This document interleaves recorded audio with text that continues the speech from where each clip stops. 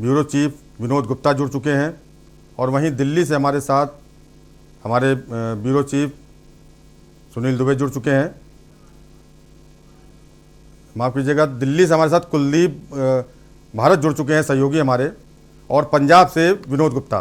तो दिल्ली से हमारे साथ कुलदीप जी जुड़े हुए हैं। तो कुलदीप जी, पहला सवाल आपसे ये कि दिल्ली में इतनी गंभीर समस्या जो हो गई है, तो जो 7 दिन के सरकारी स्कूल और सरकारी कर्मचारियों को घर से काम करने का स्थिति वाकई भयावह हो गई है दिल्ली की। जी जी जी, जैसे मैं आपको दर्शकों को बताना चाहूंगा कि ये मुद्दा सुप्रीम कोर्ट में जब पिछले साल भी गया था तो सुप्रीम कोर्ट ने बड़ी गंभीरता से इस मुद्दे को लिया था। सुप्रीम कोर्ट का यह कहना था कि हम पूर्व जस्टिस को लेकर कमेटी बना देते हैं। तब केंद्र सरकार ने कहा था कि आप कोई कमेटी ना बनाए, हम पेट्रोलियम मंत्रालय के पूर्व सचिव एमएम पुट्टी की अध्यक्षता में 15 सदस्यीय कमेटी का गठन करेंगे, जो टीम आसपास के राज्यों से बात करके इसमें कोई समाधान निकालेगी। तो आज जो सुप्रीम कोर्ट के अंदर जो सवाल पूछे गए वो इसी केंद्र सरकार द्वारा बनाई गई टीम से ही थे कि आप लोगों ने आखिर क्या किया, क्योंकि दिल्ली की स्थिति काफी गंभीर होती चली गई है। जब आज सुबह बच्चे स्कूल जाते हैं 7 बजे, तो जिस तरह का माहौल होता है, ऐसे में अपने बच्चों को क्या दे रहे हैं हम, एक जहरीली हवा के अंदर उन लोगों को सुबह भेजा जाता है।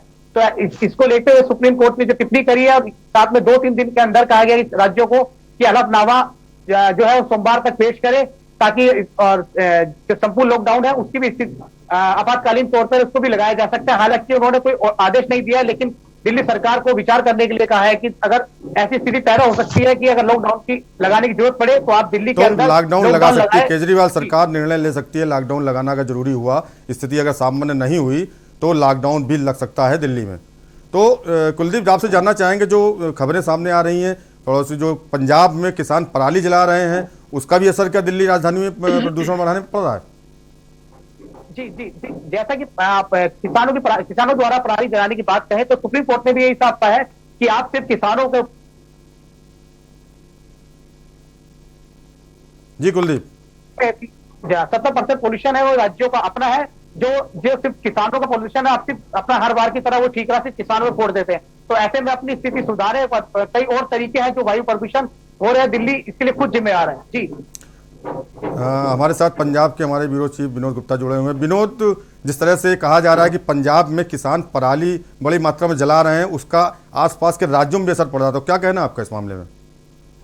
जी, अगर बात की जाए पंजाब की, या पंजाब हरियाणा या उसके आसपास के दूसरे राज्य, चाहे राजस्थान है चाहे उत्तर प्रदेश है, क्योंकि पीछे सुप्रीम कोर्ट भी इसका हवाला दे चुकी है और दिल्ली सरकार को सीधे सीधे तंज भी कर चुके कि आप हर बार यह ठीकरा किसानों पर नहीं फोड़ सकते। कहीं ना कहीं इसके जिम्मेदार सरकार भी है कि सरकार दावे तो करती है पर प्रदूषण कम नहीं होता।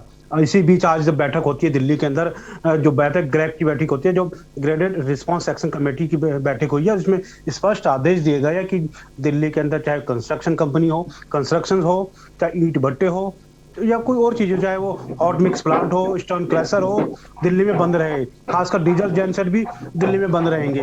तो कहीं ना कहीं ये सिर्फ पराली जलाने का मामला नहीं है कि सरकार अपनी पीछे बातों से सरकार जो है वो नाकाम है इन चीजों में, प्रदूषण रोकने में, वो कहीं ना कहीं किसानों की ठीकरा फोड़ रही है। तो विनोद, पंजाब में क्या स्थिति है? प्रदूषण वहां भी ज्यादा है या सामान्य है? पंजाब में खेती पूरा जो एरिया है, पंजाब और हरियाणा, आपने भी देखा होगा, शायद हमारे दर्शक भी पूरी तरह जानते हैं, खेती वाला एरिया है। यहाँ पे प्रदूषण की बात करें तो प्रदूषण नाम मात्र के नाम पर है, क्योंकि ठीक है पराली जलाई जाती है और पराली से धुआं होता है। सरकार चाहे पंजाब की हो चाहे हरियाणा की हो, वो भी इसके प्रयासरत है। उन्होंने स्पष्ट आदेश दिया है पराली ना जलाई जाए। कुछ लोग हैं जो नहीं मानते, पराली जलाई जाती है, उसका जो धुआं है वो स्मोक के जरिए चाहे वो आसपास के एरिया में फैलता जरूर है। कहीं ना कहीं दिल्ली को इसको ज्यादा असर हो रहा है। पंजाब के और हरियाणा की बात करें तो यहाँ पे असर कम देखने को मिला है। ठीक है कुलदीप, विनोद जी बहुत बहुत धन्यवाद आप लोगों का हमारे साथ जुड़ने के लिए। तो ये थे हमारे सहयोगी दिल्ली से कुलदीप।